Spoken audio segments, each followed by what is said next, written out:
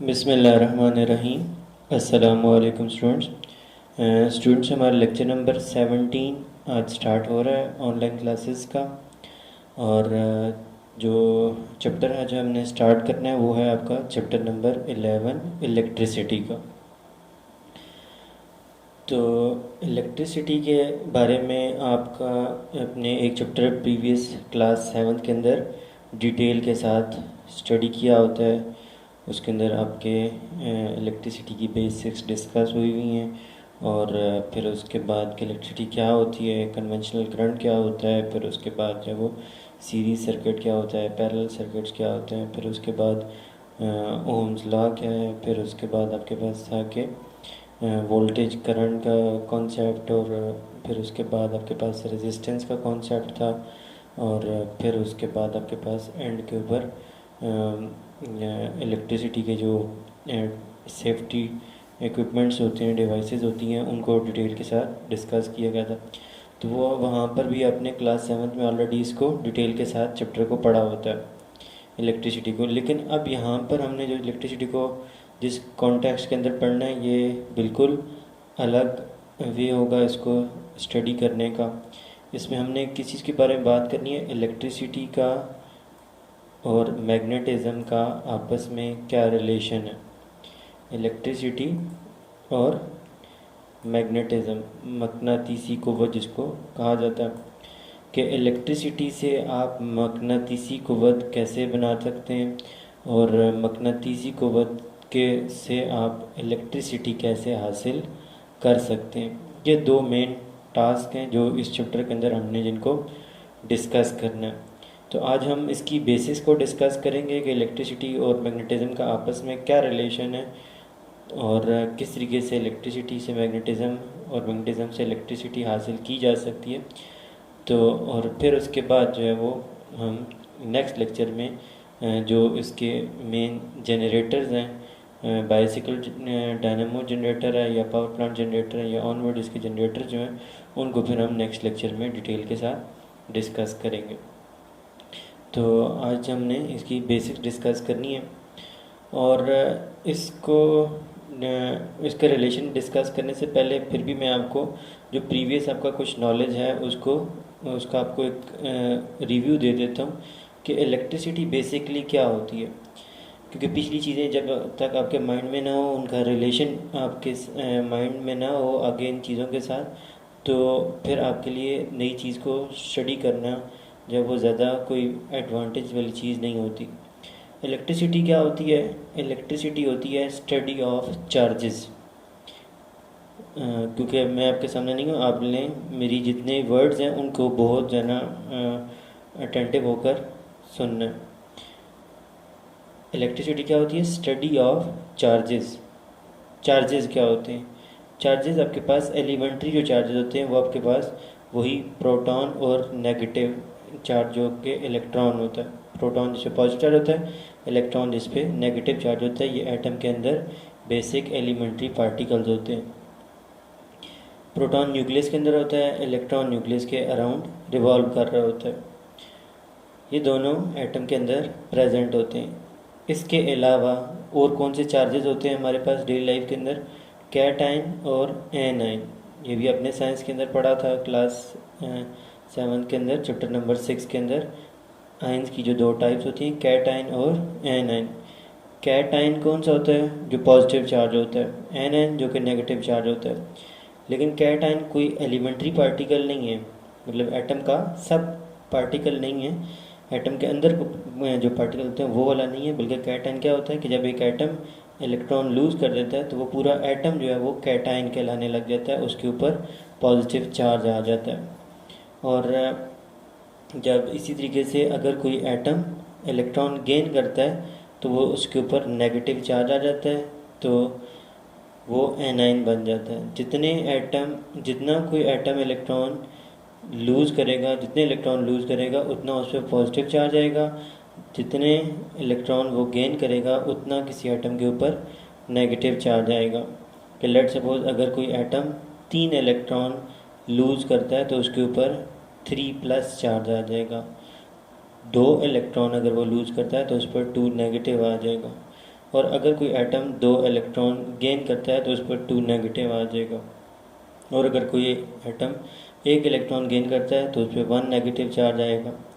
अब ये चार्ज क्यों आता है एटम के ऊपर? इस वजह से कि जब एटम शुरू में जब इलेक्ट्रॉन ना लेता है ना देता है तो उसके जितने पॉजिटिव चार्ज होते हैं उतने नेगेटिव चार्ज, मतलब जितने उसमें प्रोटॉन होते हैं उतने उसमें इलेक्ट्रॉन होते हैं। लेकिन जब वो इलेक्ट्रॉन निकालता है तो अनबैलेंस हो जाते हैं नंबर ऑफ़ प्रोटॉन और नंबर ऑफ़ इलेक्ट्रॉन, और नंबर ऑफ़ इलेक्ट्रॉन कम हो जाते हैं और नंबर ऑफ़ प्रोटॉन उनकी निस्बत ज़्यादा होते हैं। तो इस वजह से ओवरऑल पॉजिटिव चार्ज उस एटम के ऊपर आ जाता है। और इसी के से अगर वो इलेक्ट्रॉन लेगा तो इलेक्ट्रॉन ज़्यादा हो जाएंगे, कि अगर पहले प्रोटॉन इलेक्ट्रॉन इक्वल थे, अब इलेक्ट्रॉन उसने कहीं से गेन किया या गेन किए तो इलेक्ट्रॉन ज़्यादा होने की बिहाव पर उस एटम के ऊपर, अब एटम न्यूट्रल नहीं रहेगा, एटम पर नेगेटिव चार्ज आ जाएगा। तो इस तरह से हमारे पास 4 किस्म के चार्जेस डेली लाइफ में होते हैं। कौन कौन से? इलेक्ट्रॉन, प्रोटॉन, कैटायन और एनायन। अब इनकी स्टडी को हम क्या कहते हैं? इलेक्ट्रिसिटी। अगर तो ये चार्जेस, अब इलेक्ट्रिसिटी की आगे फिर 2 टाइप्स आ जाती हैं। इलेक्ट्रिसिटी खुद क्या है? Study of charges. इलेक्ट्रिसिटी के आगे 2 टाइप्स आ जाती हैं। वो 2 टाइप्स कौन सी होती हैं? एक होती है आपके पास स्टैटिक इलेक्ट्रिसिटी और दूसरा होता है इलेक्ट्रिक करंट। ये भी आपकी क्लास 7 के चैप्टर के स्टार्ट में मेंशन हुआ था। स्टैटिक इलेक्ट्रिसिटी क्या है कि अगर आप चार्जेस को उस कंडीशन में स्टडी कर रहे हो, उस कंडीशन में उनको ऑब्ज़र्व कर रहे हो, देख रहे हो, उनके बिहेवियर को स्टडी कर रहे हो कि वो क्या करते हैं, कि जब वो रुके हुए हों, जब वो रेस्ट पे हों, तो फिर आप इलेक्ट्रिसिटी की कौन सी टाइप डील कर रहे होते हैं? Static electricity. फिर आप स्टैटिक इलेक्ट्रिसिटी को डिस्कस कर रहे होते हैं। लेकिन अगर वही चार्जेस मूव करने लग जाएं, रुके ना रहें, मूव कर रहे हो, तो ड्यूरिंग मूवमेंट अगर आप उनको डिस्कस कर रहे हैं, उनको स्टडी कर रहे हैं, उनका कोई एक्सपेरिमेंट कर रहे हैं, उनको कोई ऑब्ज़र्व कर रहे हैं, तो अब वो स्टैटिक इलेक्ट्रिसिटी नहीं कहलाएगी, अब वो इलेक्ट्रिक करंट कहलाने लग जाएगा। इलेक्ट्रिक करंट के अंदर चार्जेस रुके हुए नहीं होते बल्कि मूव कर रहे होते हैं। तो ये बेसिक डिफरेंस है स्टैटिक इलेक्ट्रिसिटी और इलेक्ट्रिक करंट का। अब उसके बाद बात ये आती है कि चार्जेस मूव करते कब हैं। पहली तो, बल्कि उससे भी बेसिक चीज़ ये आती है कि चार्जेस जो कैटायन या एनायन है, ये आपके पास प्रोड्यूस कैसे होते हैं। तो एलिमेंट्री चार्जेस तो हमने प्रोड्यूस नहीं करने, वो बाय नेचर अल्लाह ताला ने पहले से क्रिएट किए हुए इलेक्ट्रॉन और प्रोटॉन। लेकिन कैटायन एनायन ये हम क्रिएट कर सकते हैं। किस वे में? कि अगर आप किसी एटम को हीट करते हैं, आप उस फ्रिक्शन क्रिएट करते हैं, तो उसके अंदर से एनर्जी देने के बिहाफ पर एटम के अंदर से इलेक्ट्रॉन निकल जाएंगे। या अगर आप एक बॉडी को दूसरी बॉडी के साथ रब करते हैं तो उस रबिंग के दौरान भी एटम, रबिंग के दौरान फ्रिक्शन क्रिएट होती है, फ्रिक्शन से हीट प्रोड्यूस होती है। Heat is a form of energy है। वो एनर्जी जब जो 2 बॉडीज़ रब हो रही थी उनमें से एक बॉडी को वो हीट जब मिलेगी तो वो उसके इलेक्ट्रॉन उसमें से निकल जाएंगे। एटम इलेक्ट्रॉन वैसे नहीं निकाल देता कैटायन बनने के लिए, उसको आपको एनर्जी देनी पड़ती है। अब आपने उसको एनर्जी दी, उसने अपने इलेक्ट्रॉन निकाल दिए, निकाले तो कहाँ गए? वो जो दूसरी बॉडी उसके साथ रब हो रही थी उसके ऊपर चले गए। तो इस तरीके से जिस बॉडी से निकले उस पर आ गया पॉजिटिव चार्ज, जिसकी तरफ गए उस पर आ गया नेगेटिव चार्ज। अब जब तक ये चार्जेस एज इट इज़ वहाँ पर प्रेजेंट रहेंगे तो ये आपके पास स्टैटिक इलेक्ट्रिसिटी कहलाएगा। अगर ये चार्जेस किसी तरह से आप इनको मूव करवाने लग जाएं तो ये स्टैटिक इलेक्ट्रिसिटी नहीं, ये इलेक्ट्रिक करंट कहलाने लग जाएगा। अब चार्जेस मूव कैसे करते हैं? अगली बात ये कि स्टैटिक इलेक्ट्रिसिटी में चार्जेस क्रिएट हो जाते हैं लेकिन रुके होते हैं। अब अगर आपने उनको मूव करना है तो क्या होगा? लेट सपोज आपके पास एक कोई मेटल की कोई पीस है और उसके ऊपर इसी तरीके से चार्जेस प्रेजेंट हैं और वो चार्जेस वहाँ पर रुके हुए हैं। आपने क्या करना है? मेटल के एक एंड के ऊपर बैटरी का नेगेटिव टर्मिनल अटैच कर दिया, दूसरे एंड के ऊपर आपने उसी मेटल कंडक्टर के राइट साइड के ऊपर दूसरे एंड के ऊपर आपने positive terminal of the battery को कनेक्ट कर दिया। तो अब बीच में आपके पास जो चार्जेस थे, जो नेगेटिव इलेक्ट्रॉन, एक्स्ट्रा इलेक्ट्रॉन उस क्योंकि उस पूरे मेटल में लेट सपोज नेगेटिव चार्ज था उसके पास और उसके पास एक्स्ट्रा इलेक्ट्रॉन्स थे। अब आपने जब नेगेटिव और पॉजिटिव उस कंडक्टर के एंड्स के ऊपर अटैच किया कर दिया बैटरी का, तो क्या होगा कि जो बैटरी का नेगेटिव टर्मिनल है वो अंदर जो इलेक्ट्रॉन रुके हुए थे उनको रिपेल करेंगे कि तुम मूव करो, तुम आगे चलो, उनको धकेलेंगे। जबकि जो बैटरी का पॉजिटिव टर्मिनल है वो उन्हीं इलेक्ट्रॉन्स को अपनी तरफ अट्रैक्ट करेगा कि तुम मेरी तरफ आ जाओ। तो इस तरीके से वो अब इलेक्ट्रॉन्स वहाँ पर रुके नहीं होंगे, अब वो चार्जेस वहाँ रुके नहीं होंगे, अब वो मूव करने लग जाएंगे। जब वो चार्जेस मूव करने लग जाएंगे तो अब वो स्टैटिक इलेक्ट्रिसिटी नहीं बल्कि इलेक्ट्रिक करंट होगा। जब तक आप ये बैटरी के दो टर्मिनल्स नहीं लगाएंगे जिसको हम वोल्टेज कहते हैं, जिसको हम पोटेंशियल का डिफरेंस कहते हैं, तब तक चार्जेस मूव नहीं कर सकते, तब तक इलेक्ट्रिक करंट क्रिएट नहीं हो सकता। इसका मतलब ये निकला कि वोल्टेज होगा तो इलेक्ट्रिक करंट क्रिएट होगा। अगर आप वोल्टेज अप्लाई नहीं करते तो इलेक्ट्रिक करंट आप किसी कंडक्टर से हासिल नहीं कर सकते, चाहे उसके पास चार्जेस प्रेजेंट भी हों। आपको चार्जेस को अगर मूव करवाना है तो आपको उसके एंड्स के ऊपर वोल्टेज या पोटेंशियल डिफरेंस अप्लाई करना पड़ेगा। किसी भी बैटरी या कोई भी आपके पास जो वोल्टेज के डिफरेंट सोर्सेज होते हैं उनसे आपको उसको पोटेंशियल डिफरेंस प्रोवाइड करना पड़ेगा।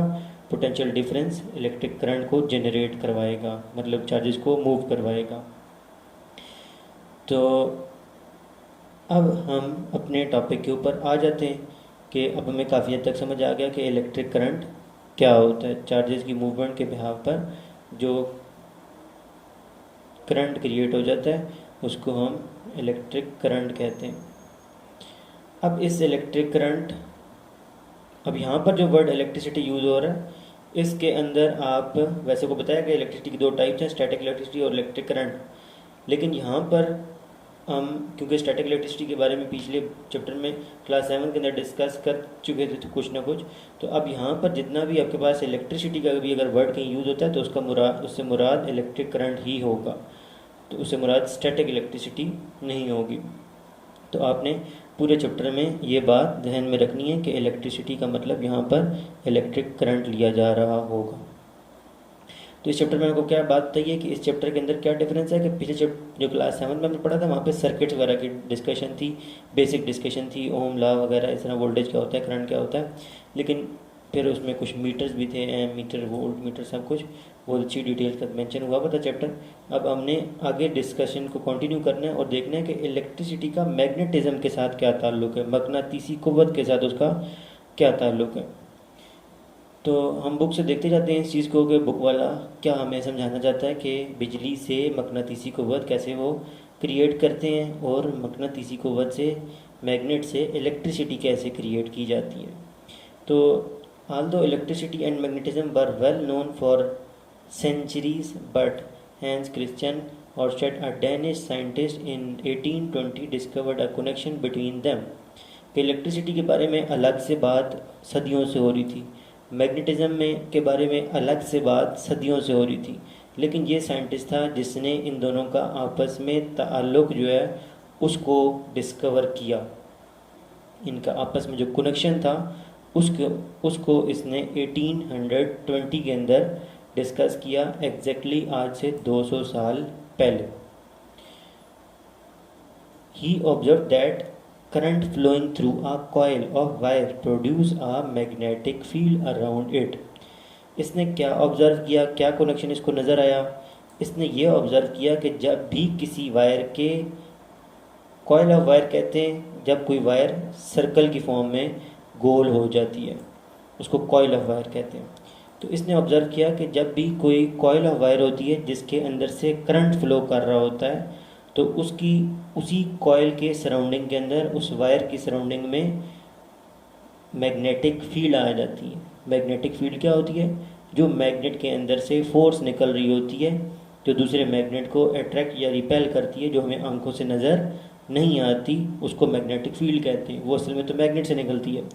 लेकिन यहाँ पर ये बात बता रहा है कि जब भी आपके पास कोई कॉइल ऑफ वायर है और उसमें से करंट पास हो रहा है, अब वहाँ पर कोई मैग्नेट प्रेजेंट नहीं है, कोई नॉर्थ साउथ, कोई साउथ पोल, किसी मैग्नेट को वहाँ पर कोई प्रेजेंस नहीं है, लेकिन उसके बावजूद वहाँ पर मैग्नेटिक फील्ड जो है वो डिस्कवर हो गई।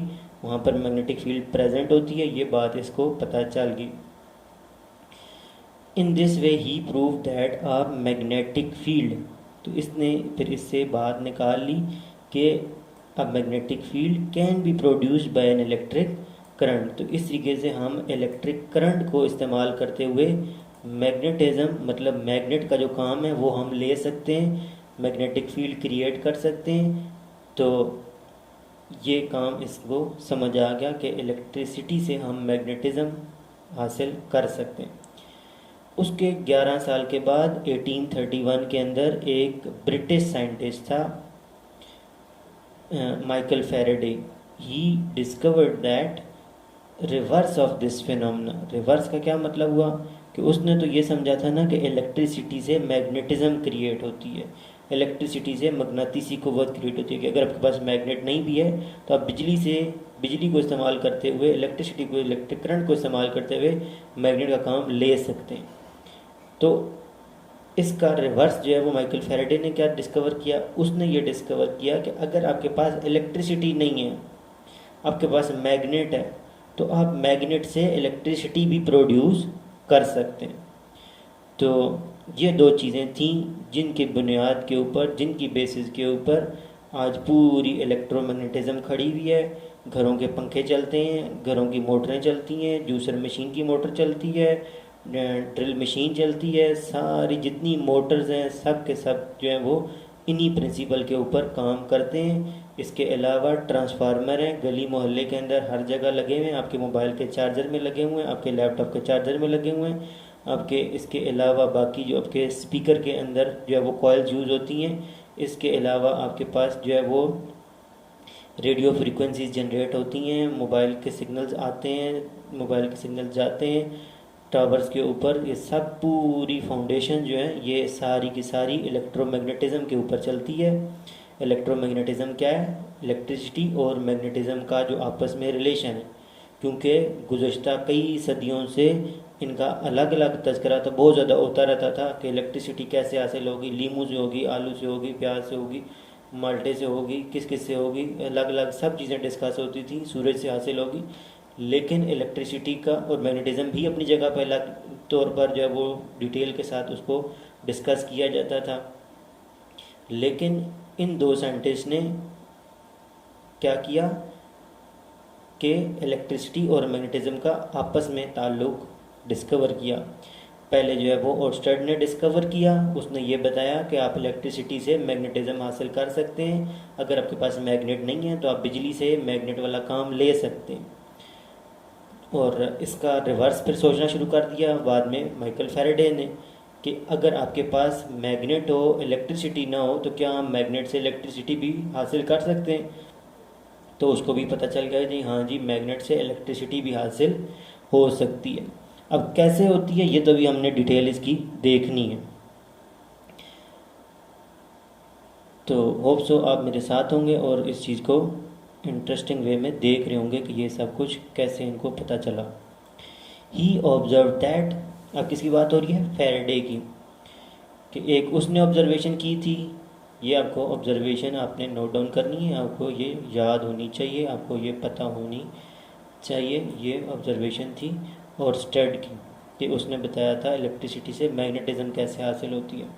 और फिर उसके बाद हमने जब फैराडे की बात की तो फैराडे ने इसका रिवर्स बताया कि जी आप मैग्नेटिज्म से इलेक्ट्रिसिटी भी हासिल कर सकते हैं।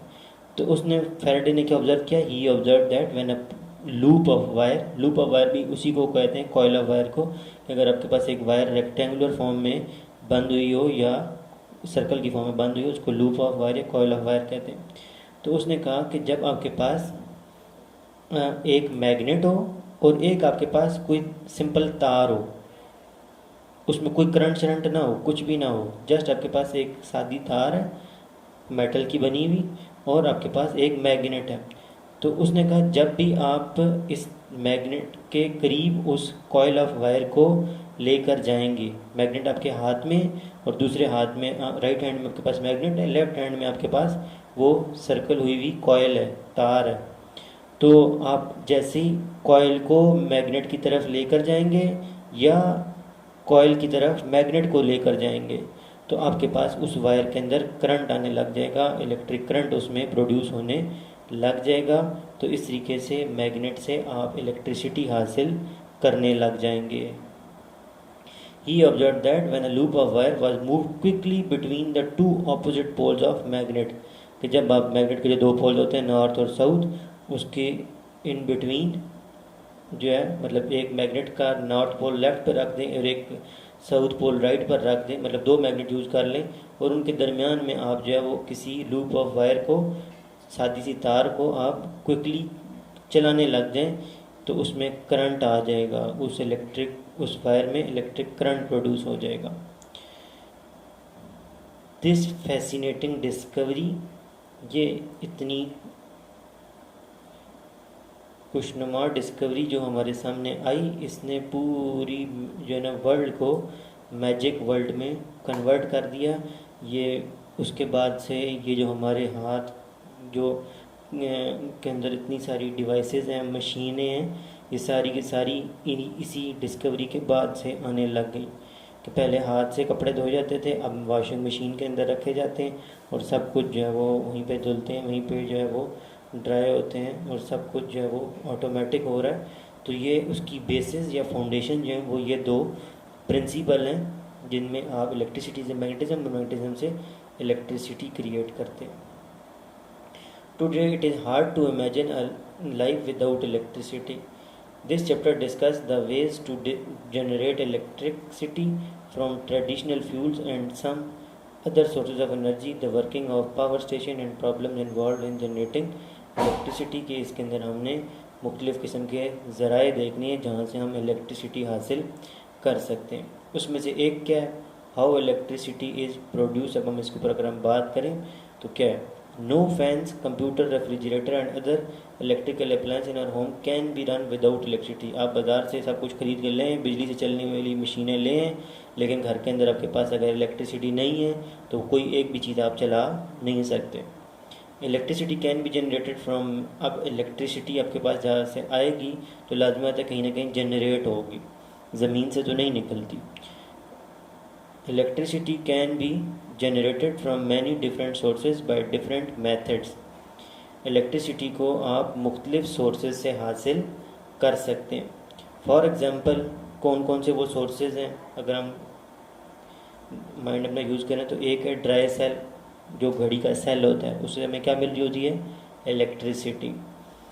दूसरी चीज़ क्या है, बैटरीज जो हम यूपीएस वगैरह के साथ कनेक्ट करते हैं, तो वो भी क्या है, इलेक्ट्रिसिटी का सोर्स बनती हैं।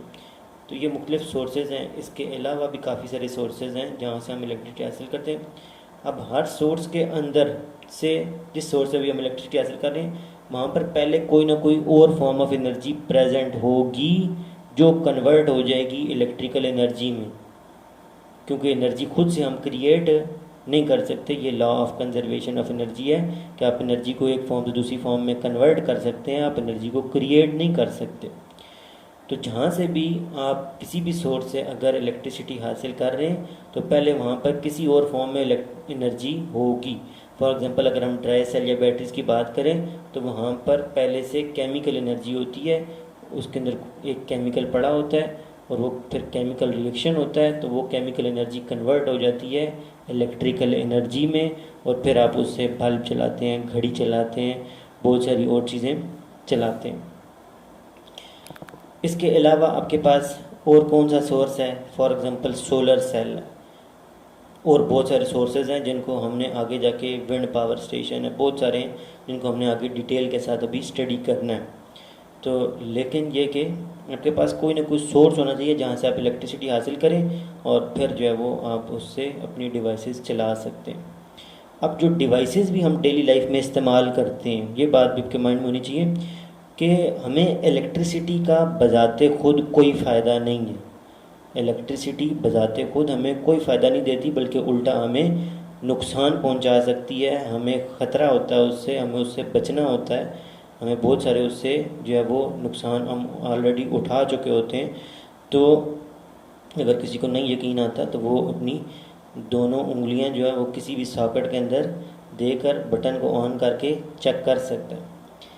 तो लेकिन ये मैंने वैसे जस्ट एज अ जोक के तौर पे बात की है। ये ना हो कि कोई वाकई जो है वो जाके कहे जी सर ने कहा था एक्सपेरिमेंट करना है, और जो है ना जाके अपनी फिंगर जो है वहाँ पर लगा दे, और इसलिए मेहरबानी करके लेक्चर पूरा सुना करें। तो ये ना हो कि फिर वो फिंगर्स लगाए और फिर बाद में कहे कि जो है ना कुछ ज़्यादा ही एनर्जी मिल गई है। तो आपके पास ये बात हो रही थी अभी हमारी कि इलेक्ट्रिसिटी बजाते खुद हमें कोई फ़ायदा नहीं देती, उल्टा हमें उससे ख़तरा होता है, डर लग रहा होता है, हमें उससे नुकसान होने का ख़तरा होता है। तो फिर हम क्यों क्रिएट करते हैं भी? कौन सी ऐसी मजबूरी है जब हमें उसका डायरेक्ट कोई फ़ायदा नहीं है? तो बात यह है कि हम डेली लाइफ में इंसान की जो ज़िंदगी होती है वो बहुत सारी फॉर्म्स ऑफ एनर्जी पर डिपेंडेंट होती है। बहुत सारी फॉर्म्स ऑफ एनर्जी उसको नेचुरल तरीके से मिल जाती हैं, और बहुत सारी उसको नेचुरल तरीके से नहीं मिलती, और फिर उसको उनकी कमी का एहसास होता है। किस तरीके से? मिसाल के तौर पर आपके पास दिन के टाइम पर सनलाइट है, आप लाइट के इस्तेमाल से पढ़ाई कर सकते हैं, बहुत सारे काम कर सकते हैं, पढ़ाई तो नहीं करेंगे बहरहाल जो भी, और बहुत सारे काम आप कर सकते हैं। अब रात का वक्त आ गया, अब सूरज नहीं है, अब आपको लाइट एनर्जी की ज़रूरत, लाइट एक फॉर्म ऑफ एनर्जी है ना, तो आपको अब रात के टाइम लाइट एनर्जी की ज़रूरत है या नहीं है? ठीक है, पढ़ाई तो अपने ठीक है रात के टाइम नहीं करनी, गेम ही खेलनी है, जो भी करना है, तो आपको इलेक्ट्रिसिटी की ज़रूरत, आपको लाइट एनर्जी की ज़रूरत पड़ेगी। ठीक है, अच्छा। तो इसके अलावा अभी मैं आपसे लेक्चर रिकॉर्ड करवा रहा हूँ आपके सामने, तो मेरी आवाज़ डायरेक्ट जो है वो उसके अंदर रिकॉर्ड नहीं हो पाती, क्योंकि मेरी आवाज़ जब तक वहाँ तक mic of the mobile phone तक पहुँचती है तो उसका लेवल इतना कम हो चुका होता है कि वो फिर उसके अंदर प्रॉपर वे में उसका लेवल बहुत कम होता है, रिकॉर्ड नहीं हो पाती। अब मुझे क्या यूज़ करना पड़ता है? माइक और स्पीकर यूज़ करना पड़ता है। तो अब मैं क्या कर रहा हूँ, अपनी जो मेरी अंदर की एनर्जी कम थी, साउंड एनर्जी कम थी, उसको मैं बाहर किसी और तरीके से हासिल कर रहा हूँ। अब रात के टाइम जिस तरह से आपके पास लाइट एनर्जी, सनलाइट नहीं होती नेचुरल तरीके से, तो आप क्या करते हैं? बल्ब जलाते हैं, कुछ और तरीका करते हैं लाइट एनर्जी हासिल करने का। क्यों? क्योंकि हमारी ज़रूरत है। इसी तरीके से जगह जगह पर हमें कपड़े धोने सब कुछ करना है, ठीक है, हाथ से धोना मुश्किल है, कपड़े उसके अंदर डालेंगे, मैकेनिकल एनर्जी इस्तेमाल होगी वॉशिंग मशीन की, और कपड़े आसानी से धुल जाएंगे। तो अब ये जो सारी चीज़ें आपको किसी और फॉर्म ऑफ एनर्जी की जो ज़रूरत पड़ती है, ये तो नेचुरल तरीके से पड़ेगी आपको, ठीक है, नेचुरल वे फितरतन आपको ज़रूरत पड़ेगी, और फितरतन उस वक्त आपको वो मुहैया नहीं हो पाती। इसके अलावा हीट एनर्जी है, आपको सर्दियों में हीटर इस्तेमाल करना पड़ता है। दिन के टाइम आपको शायद सूरज की हीट मिल जाए, लेकिन रात को नहीं मिलेगी, आपको हीटर इस्तेमाल करना पड़ेगा। अब आपके पास ये क्या है कि आपको दूसरी फॉर्म्स ऑफ एनर्जी की ज़रूरत पड़ती है। अब आपके पास दूसरी फॉर्म ऑफ एनर्जीज़ डायरेक्ट आपको अगर नहीं मिल रही, तो इसका एक तरीका ये होता है कि आप इलेक्ट्रिकल एनर्जी से वो सारी फॉर्म्स ऑफ एनर्जी इजीली हासिल कर सकते हैं। इलेक्ट्रिसिटी से आप लाइट हासिल कर सकते हैं, बल्ब की फॉर्म में, ट्यूबलाइट की फॉर्म में, बहुत सारे और तरीके हैं। इलेक्ट्रिसिटी से आप हीट एनर्जी हासिल कर सकते हैं, हीटर की फॉर्म के अंदर आप जो है वो क्या कहते हैं, ब्रेड टोस्टर हो गया, बहुत सारी और चीज़ें, इलेक्ट्रिक आयरन है, ठीक है, सब जगहों पर आप जो है वो हीट एनर्जी हासिल कर सकते हैं इलेक्ट्रिकल एनर्जी से। फिर इसके बाद मैकेनिकल एनर्जी, पंखा हो गया, वॉशिंग मशीन होगी, ड्रिल मशीन होगी, बेताशा और मशीनें, सब जगहों पर आप मैकेनिकल एनर्जी हासिल कर सकते हैं इलेक्ट्रिक एनर्जी को इस्तेमाल करते हुए। आपकी आवाज़ ऊंची नहीं हो रही, आपने दूर तक लोगों तक जो है वो अपना पैगाम पहुंचाना है, बहुत सारी गैदरिंग है, तो आप अपनी आवाज़ को साउंड एनर्जी आपको चाहिए, तो आप इलेक्ट्रिकल एनर्जी से साउंड एनर्जी भी स्पीकर को यूज़ करते हुए हासिल कर सकते हैं। तो इलेक्ट्रिकल एनर्जी एक ऐसा दरमियानी मेन चीज़ आ जाती है कि जिससे आप बाकी सारी एनर्जी जो है, जो आपकी कमी होती है एनर्जी की, वो आप हासिल कर सकते हैं। अब इलेक्ट्रिकल एनर्जी को उन फॉर्म्स ऑफ एनर्जी में कन्वर्ट करने के लिए आपको डिवाइसेस की ज़रूरत पड़ती है। बल्ब आपके पास एक डिवाइस है जो इलेक्ट्रिकल एनर्जी को लाइट एनर्जी में कन्वर्ट करता है, पंखा एक डिवाइस है जो इलेक्ट्रिकल एनर्जी को मैकेनिकल एनर्जी में कन्वर्ट करता है। तो ये डिवाइसेस भी बनाना ज़रूरी है, और डिवाइसेस अगर बन जाती हैं तो पीछे इलेक्ट्रिकल सोर्स भी होना ज़रूरी है। डिवाइसेस आप बना लें लेकिन पीछे से इलेक्ट्रिकल एनर्जी ना दें तो वो दूसरी फॉर्म ऑफ एनर्जी में कन्वर्ट भी तो नहीं होगी। तो अब इस वजह से हमें इलेक्ट्रिकल सोर्स के बारे में देखना हमारे लिए बहुत ज़्यादा ज़रूरी होता है। तो अब होता क्या है कि जो मेन सोर्सेज हैं हमारे पास इस तरह के हो गए, ड्राई सेल हो गया, बैटरीज होगी, ये ऐसे सोर्सेज हैं जो हमें बहुत ज़्यादा एनर्जी प्रोवाइड नहीं कर सकते, इससे हम डेली लाइफ का काम चला नहीं सकते। तो फिर हमें कोई ऐसा अलग तरीका देखना पड़ता है जहाँ से हम ज़्यादा इलेक्ट्रिसिटी हासिल कर सकें और अपने डेली लाइफ के काम जो है वो चला सकें। तो वही आपके वो मेन चीज़ क्या है, वो आपके पास यही जो हम पीछे डिस्कस कर सकें कि आप मैग्नेट के थ्रू जब इलेक्ट्रिसिटी हासिल करते हैं तो ये एक ऐसा पावरफुल टूल है कि जिससे आप बहुत इजीली जो है बहुत ज़्यादा एनर्जी हासिल कर सकते हैं, बहुत इजीली और बहुत ज़्यादा एनर्जी हासिल, इलेक्ट्रिकल एनर्जी हासिल कर सकते हैं। और फिर उसके बाद जो है वो आप उनको अगर किसी भी फॉर्म में कन्वर्ट करना चाहें तो कन्वर्ट कर सकते हैं। फिर यहाँ पर ये एक्टिविटी के अंदर ये आपके पास एक लेमन के बारे में है कि 2 लेमन अगर आप यूज़ करते हैं, स्टील वायर यूज़ करते हैं, एलईडी यूज़ करते हैं, तो आप एक स्टील वायर होगी, दूसरी कॉपर की वायर, अगर दोनों एक जैसी वायर होंगी तो फिर आपके पास पोटेंशियल डिफरेंस क्रिएट नहीं होगा, तो फिर आपके पास ये एलईडी ग्लो नहीं करेगी। आपके पास 2 अलग अलग किस्म की वायर्स होंगी तो आपके पास जो है वो इस वे में एक में इलेक्ट्रिक करंट, एक का पोटेंशियल कम होता है एक वायर का, दूसरी का ज़्यादा होता है, जिसकी वजह से फिर जो है वो पोटेंशियल डिफरेंस क्रिएट होता है और चार्जेस जो हैं वो फिर इस तरह से मूव करते हैं। तो अब लेमन में क्या होते हैं, ये कैटायंस एनायंस चार्जेस प्रेजेंट होते हैं, तो वो फिर इस वे में जब चार्जेस मूव करते हैं तो एलईडी, अब जब चार्जेस मूव करते हैं तो क्या होता है, मतलब जो आपके पास कोई भी सोर्स है वो आपको इलेक्ट्रिकल एनर्जी को लाइट एनर्जी में या साउंड एनर्जी में या किसी और फॉर्म एनर्जी में कैसे कन्वर्ट करके देता है कि जो आपके पास जहाँ से चार्जेस जाते हैं बैटरी के पॉजिटिव टर्मिनल से जाते हैं और नेगेटिव की तरफ जाते हैं, तो जब वो पॉजिटिव से जाते हैं तो उनके पास काफ़ी ज़्यादा एनर्जी होती है, वो काफ़ी हाई एनर्जी से मूव कर रहे होते हैं। जब वो रास्ते में उनके क्या आ जाता है बल्ब, वो जब बल्ब के अंदर से गुजरते हैं तो बल्ब एक ऐसी डिवाइस है जो उनकी एनर्जी को लेकर लाइट एनर्जी में कन्वर्ट कर देता है। अगर पंखा है तो वो पंखा मैकेनिकल एनर्जी में कन्वर्ट कर देगा और उनको फिर खाली हाथ एनर्जी के दूसरे साइड के ऊपर भेज देगा, हाँ जी आप जाओ, खाली हाथ जाओ। फिर वो दूसरे एंड के ऊपर जाते हैं तो फिर उसके बाद जो है वो दोबारा से नए पॉजिटिव चार्जेस तैयार हो जाते हैं और वो फिर मूव करते हैं, फिर वो अपनी एनर्जी देते हैं। तो इस तरीके से आपके पास इलेक्ट्रिकल एनर्जी दूसरी फॉर्म्स ऑफ एनर्जी में कन्वर्ट हो रही होती है। अब जो है इलेक्ट्रिकल एनर्जी हासिल करने के लिए हमारे पास अब एक सोर्स ये लेमन हो गया, ठीक है, और आपके पास मुख्तलिफ सोर्सेज भी हैं, लेकिन मेन सोर्स जिसके हम बात कर रहे हैं वो ये कि मैग्नेट से इलेक्ट्रिसिटी कैसे हासिल होगी, इसको हमने डिटेल में देखना है। तो ये यहाँ से हम अब इसके बाद डिस्कस करेंगे कि इलेक्ट्रिसिटी, कुछ तो हमने डिस्कस किया है, आपको बेसिक सी बात बताइए कि अगर आपके एक हाथ में मैग्नेट है, दूसरे हाथ में आपके पास कॉइल ऑफ वायर है, अब मैग्नेट को कॉइल ऑफ वायर की तरफ लेके जाएं या कॉइल ऑफ वायर को मैग्नेट की तरफ लेके जाएं, जब भी उनके बीच में मूवमेंट होगी, रिलेटिव मूवमेंट, तो अगर दोनों रुके हुए फिर तो नहीं क्रिएट हो सकती, दोनों में से किसी एक को एक दूसरे की तरफ मूव होना कंडीशन है, तो फिर आपके पास इस तरीके से इलेक्ट्रिसिटी मैग्नेट के थ्रू हासिल हो सकती है और ये काफ़ी ज़्यादा एनर्जी होती है जिससे आप काफ़ी सारे अपने काम कर सकते हैं। अब इसकी डिटेल जो है वो हम यहाँ से ऑनवर्ड नेक्स्ट लेक्चर में डिस्कस करेंगे। अभी तक के लिए जितना हो चुका हुआ है इसको आपने इसमें से आपने ये एक इसकी ऑब्जर्वेशन नोट डाउन करनी है, दूसरी आपने ये जो फैराडे की ऑब्जर्वेशन थी इसको आपने नोट डाउन कर लेना है। तो यहाँ तक, तो फिर इस तरीके से आपके पास ये 2 ऑब्जर्वेशन नोट करें और बाकी फिर अब इसके बाद हम नेक्स्ट लेक्चर में इंशाल्लाह डिस्कशन कंटिन्यू करेंगे। अभी के लिए अल्लाह हाफिज़ वस्सलाम।